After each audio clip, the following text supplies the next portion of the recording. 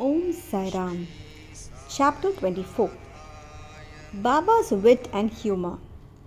Channalila, Hemad Pant, Sudama, Anna Chinchanikar versus Mausi Bai. Preliminary. Unless we surrender our ego to the feet of our Sadguru, we will not succeed in our undertaking. If we become egoless, then our success is assured. By worshipping Sai Baba, we attain both the objects, worldly and spiritual, and are fixed in our true nature and get peace and happiness.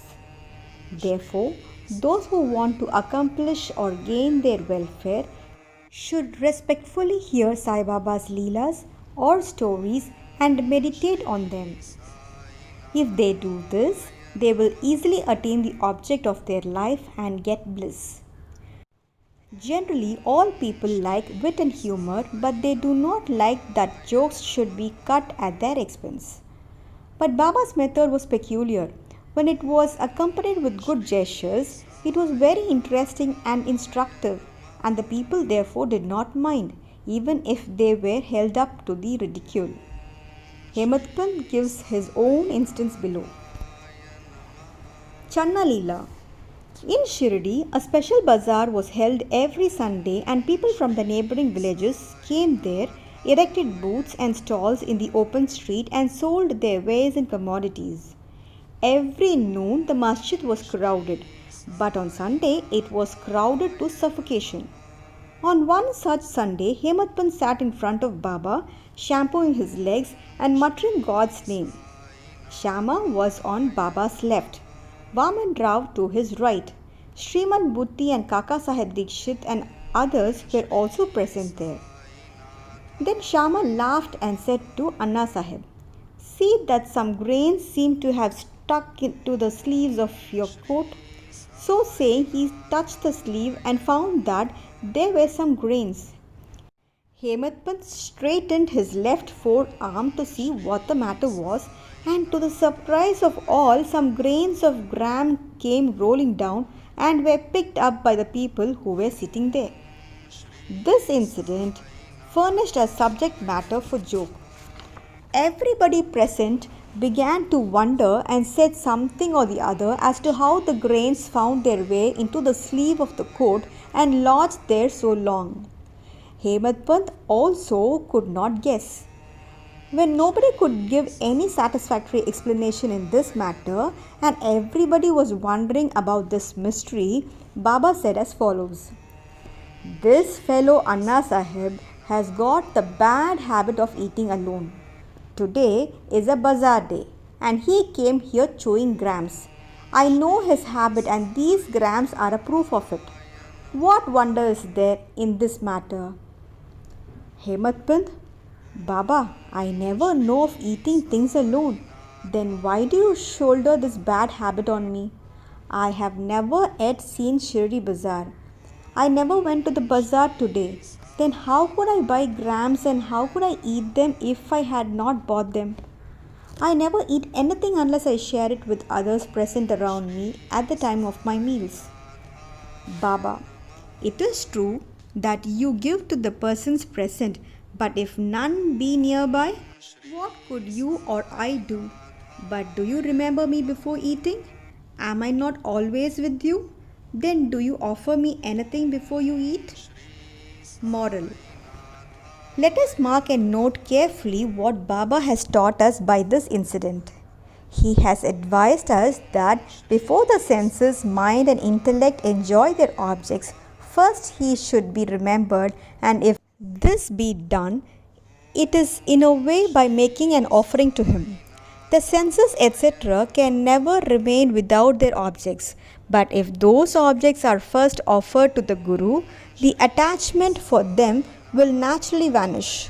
In this way, all the vrittis regarding desire, anger, avarice, etc., should first be offered and directed to the Guru, and if this practice be followed, the Lord will help you in eradicating all the vrittis. When before enjoyment of the objects you think that Baba is present, the question whether the object is fit to be enjoyed or not will at once arise. Then the object that is not fit to be enjoyed will be shunned, and in this way our vicious habits or vices will disappear and our character will improve. Then love for the Guru will grow and pure knowledge will sprout up. When this knowledge grows, the bondage of body consciousness will snap and our intellect will be merged in spirit consciousness. Then we shall get bliss and contentment. There is no difference between Guru and God. He who sees any difference in them finds God nowhere. So, leaving aside all ideas of difference, we should regard Guru and God as one, and if we serve our Guru, as stated above, God will be certainly pleased and by purifying our minds will give us self-realization. To put the matter in a nutshell, we should not enjoy any object with our senses without first remembering our Guru. When the mind is trained in this way, we will be always reminded of Baba and our meditation on Baba will grow apace. The Sagun form of Baba will ever be before our eyes, and then devotion, non-attachment and salvation will all be ours. When Baba's form is thus fixed before our mental vision, we forget hunger, thirst, and this sansar, the consciousness of worldly pleasures will disappear and our mind shall attain peace and happiness. Sudama's story. When the above story was being narrated, Hemant Pant was reminded of a similar story of Sudama which illustrates the same principle, and therefore it is given here. Shri Krishna and his elder brother Balram were living with a co-student named Sudama in the ashram of their guru Sandipani. Once Krishna and Balram were sent to the forest for bringing fuel. Then the wife of Sandipani sent Sudama also for the same purpose with some quantity of grams for the three. When Krishna met Sudama in the forest, he said to him, "Dada, I want water as I am thirsty." Sudama replied, "No water should be drunk on an empty stomach, so it is better to rest a while." He did not say that he had got grams with him and that Krishna should take some. As Krishna was tired, he lay down for rest on the lap of Sudama and was soon snoring. On saying this, Sudama took out the grams and began to eat. Then Krishna suddenly asked him, "Dada, what are you eating? What is this chitter-chatter sound?" He replied, "What is there to eat? I am shivering with cold and my teeth are chattering. I can't even repeat Vishnu Sahasranamam."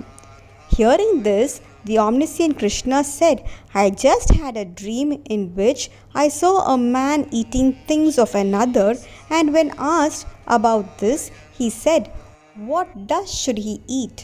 meaning thereby that he had nothing to eat." The other man said, "Let it be so. Dada, this is only a dream. I know that you won't eat anything without me. Under the influence of the dream, I asked you what you were eating." If Sudama had known the omniscient Shri Krishna and his Leelas, he would not have acted as he did. Therefore, he had to suffer for what he did. Though he was a chum of Shri Krishna, he had to pass his later life in utter poverty. But when he later offered Krishna a handful of parched rice earned by his wife with her own labor, Krishna was pleased and gave him a golden estate to enjoy. This story should be remembered by those who have the habit of eating things alone without partaking them with others. The Shruti also emphasizes this lesson and asks us to offer things first to God and then enjoy them after they are renounced by Him. Baba also has taught us the same lesson in his inimitable and humorous way. Anna Chinchanikar versus Maushibai. Hemant Pant now describes another witty incident in which Baba played a peacemaker's part. There was one devotee by name Damodar Jnanashyam Babre. alias Anna Chinchanikar. He was simple, rustic, and straightforward. He cared for nobody, always spoke plainly, and carried all dealings in cash. Though he looked outwardly harsh and uncompromising, he was good natured and guileless. So Sai Baba loved him. He was willed away all his property to Shri Sai Baba Sansthan Shri. One day, like others, serving Baba in their own way, this Anna was shampooing the left arm of Baba, which rested on the Katada railing. On the right side, one old widow named Venubai Kaujalgi, whom Baba called Mother and all others called Maushibai, was serving Baba in her own way. This Maushibai was an elderly woman of pure heart. She clasped the fingers of both her hands round the trunk of Baba and was at this time massaging Baba's abdomen. She did this so forcibly that Baba's back and abdomen became flat and Baba moved from side to side. Anna on the other side was steady, but Maushibai's face moved up and down with her strokes. Once it so happened that her face came very close to Anna's. Being of a witty disposition, she remarked, "Oh, this Anna is a lewd fellow. He wants to kiss me. Even being so old with grey hair, he feels no shame in kissing me." These words enraged Anna, and he pulled up his sleeves and said, "You say that I am an old bad fellow?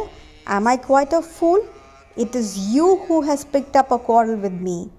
All the persons present there were enjoying this encounter between them.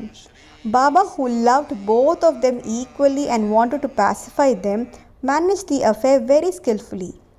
Lovingly he said, "Oh Anna, why are you unnecessarily raising this hue and cry? I do not understand what harm or impropriety is there when the mother is kissed."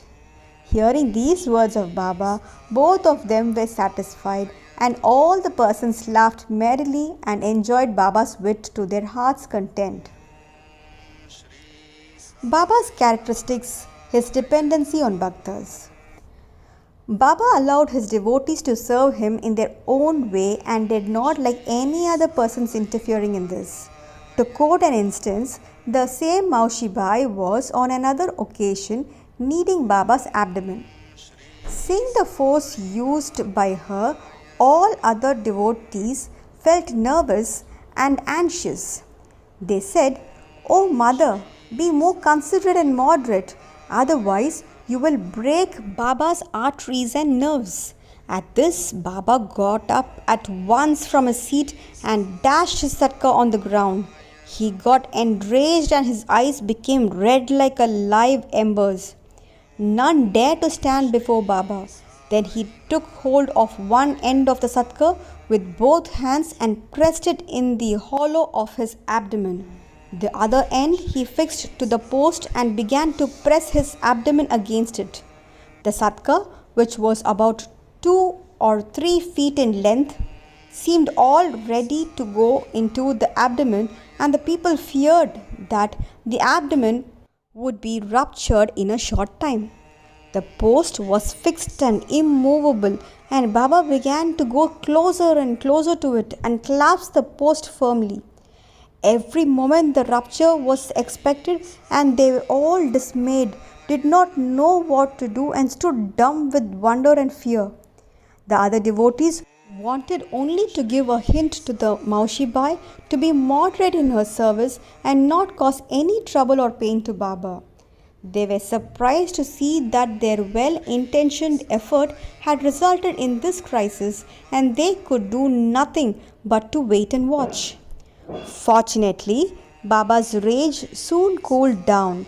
He left the satka and resumed his seat. From this time onward, the devotees took the lesson that they should not meddle with anybody but allow him to serve Baba as he chooses, as he was capable to gauge the merits and worth of the service rendered unto him. Bow to Shri Sai. Peace be to all.